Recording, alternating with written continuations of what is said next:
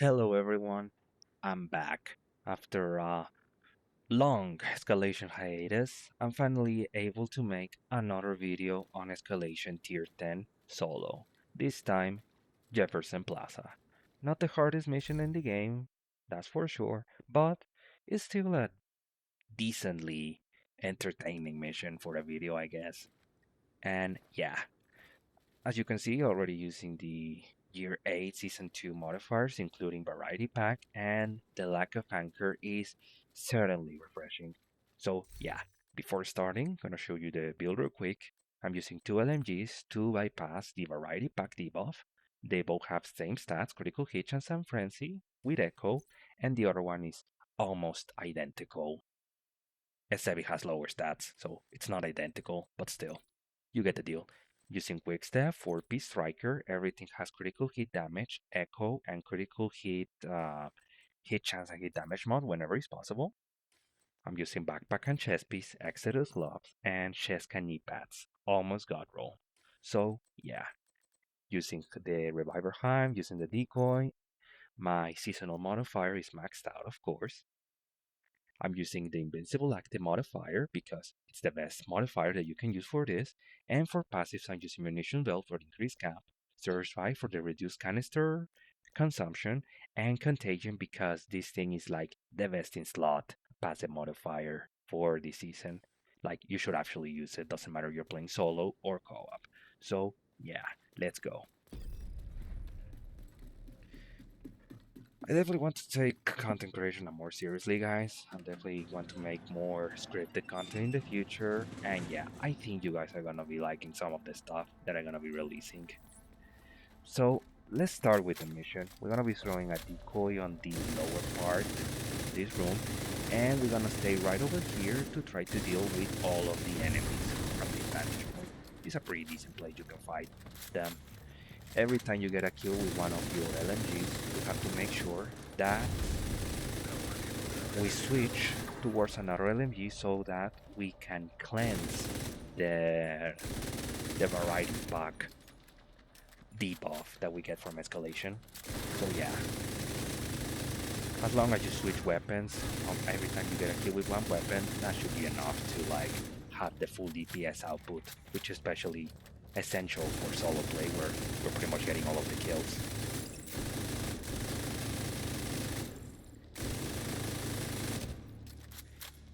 And yeah, once we're down to the last enemy, one strat that I like to use is I like to use the gunner specialization weapons to get the kills. The moment you save this weapon or you switch to another one, the gun reloads by itself and we didn't consume any high quality ammo, so it's a nice way to save on consumables.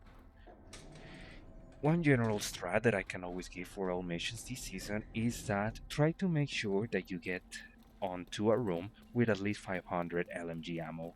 That way we can skip the ammo box and just be able to do the missions a little bit quicker. If your DPS is not high enough or you don't have enough ammo, you can also just like grab the ammo box, but you have to like empty out both of your LMGs each time you fill out your ammo. So yeah, keep that in mind. For this room, I almost always try to stay on the back of the room because there's a ton of cover and most of the enemies are gonna be spawning on the opposite side of the room. So yeah, it's a pretty easy strat, like just try to peek from the left or right side depending on where the enemies are coming from. Be careful with line of sight and be careful that enemies don't try to flank you from the train especially. And yeah, it's a pretty straightforward room. Also keep your distance from the MP guys because I already got killed once on one of my recording attempts. So yeah, I think I should be able to handle this one with gunner LNG.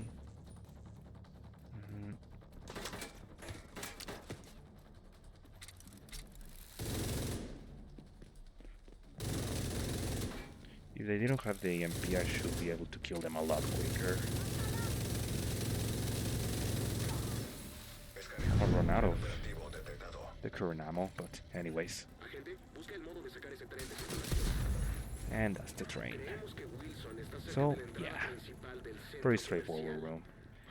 But yeah, like, I'm not joking when I'm saying I want to take content creation a lot more seriously. Like, I know I'm recording on like a shitty mic right now, but I mean within my line of sight, you cannot see it, but I'm seeing a Shure SM7B that I bought from the Prime Day deals. Like that thing came out pretty cheap, but I don't have the audio interface to connect that.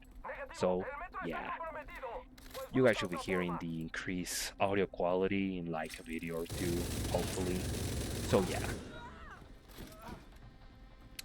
And I'm also gonna be uploading some other stuff like how to farm toxic dark zone, so that stuff is not that difficult for you guys. I already have some pretty awesome builds that you can use for both solo and co-op play. And I also want to make some more general videos on like what strategies you could use to like handle escalations this season, especially like what build you could use, and even some like analysis video and opinion based videos. I always wanted to make those kinds of videos, and with the good mic I should be able to actually make that content and not like bore you with like the horrible mic. But yeah, usually I want to drop the decoy on the right side of the room, but my decoy placement was absolute crap, so I think it might be best to just remove the decoy for now.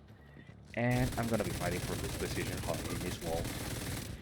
If you are able to kill at least one enemy from the second floor, then that should be more than enough to like be able to spawn all of the enemy waves in this room and be able to take them from a pretty safe position, which is pretty much what I'm gonna be using.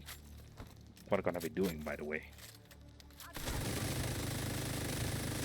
So yeah, like, again, a straightforward room. I think the hardest part is gonna be killing the yellow guy that's on the second floor, which it looks a bit tricky, not gonna lie, but it's not impossible.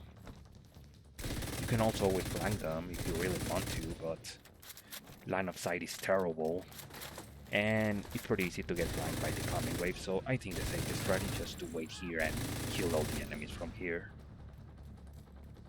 And once you kill all the enemies, we can take care of the last guy. Let's see if I'm able to like get them out with a decoy, and I'm gonna try behind cover. At least they got Corona, so shouldn't be I shouldn't have too much many issues by killing them.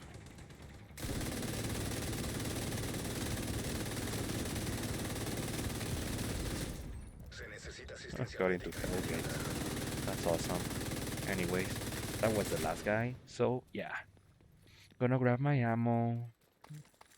Have 700 LMG ammo. I can ignore the next ammo box. So yeah.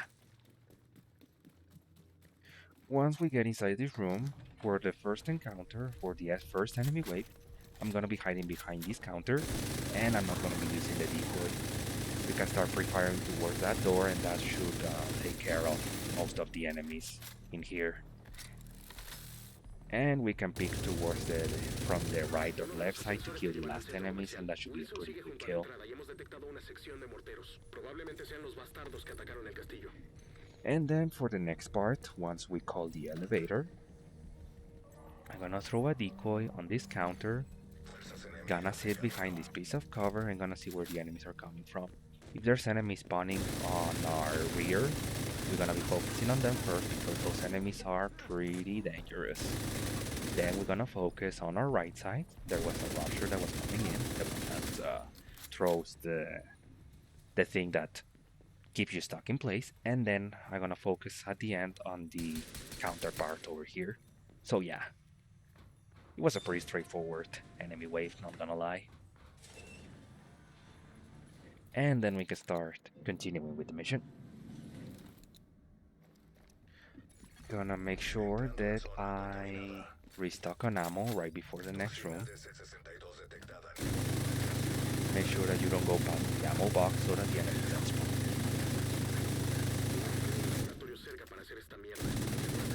The ammo over here. That's the only bad part about using double LMGs. You have double LMGs you have to empty out for frenzy for each encounter. So yeah, I really insist that you try to like just rush towards the mission if you have enough ammo.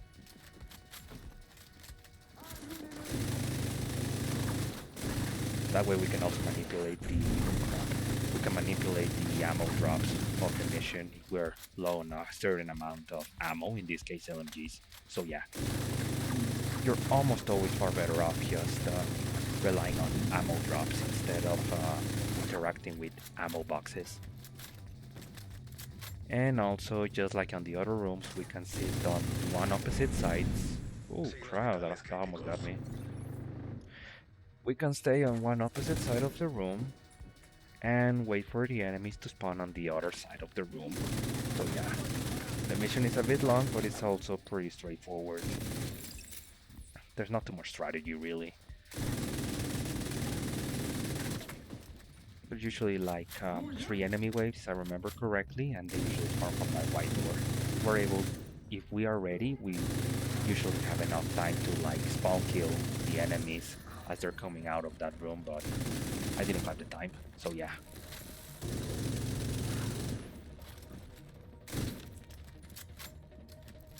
And last enemy should be the RPG guy. I think, I'm not sure if I have tailgates. There we go. And yeah, pretty straightforward room. Let's keep going. For next room, I highly suggest you have the decoy ready so that you're able to throw it right at the middle of the room, past that piece of cover. I thought it was the clown debuff, but no, it was liturgy. I don't remember how to say it on English. Not like I care.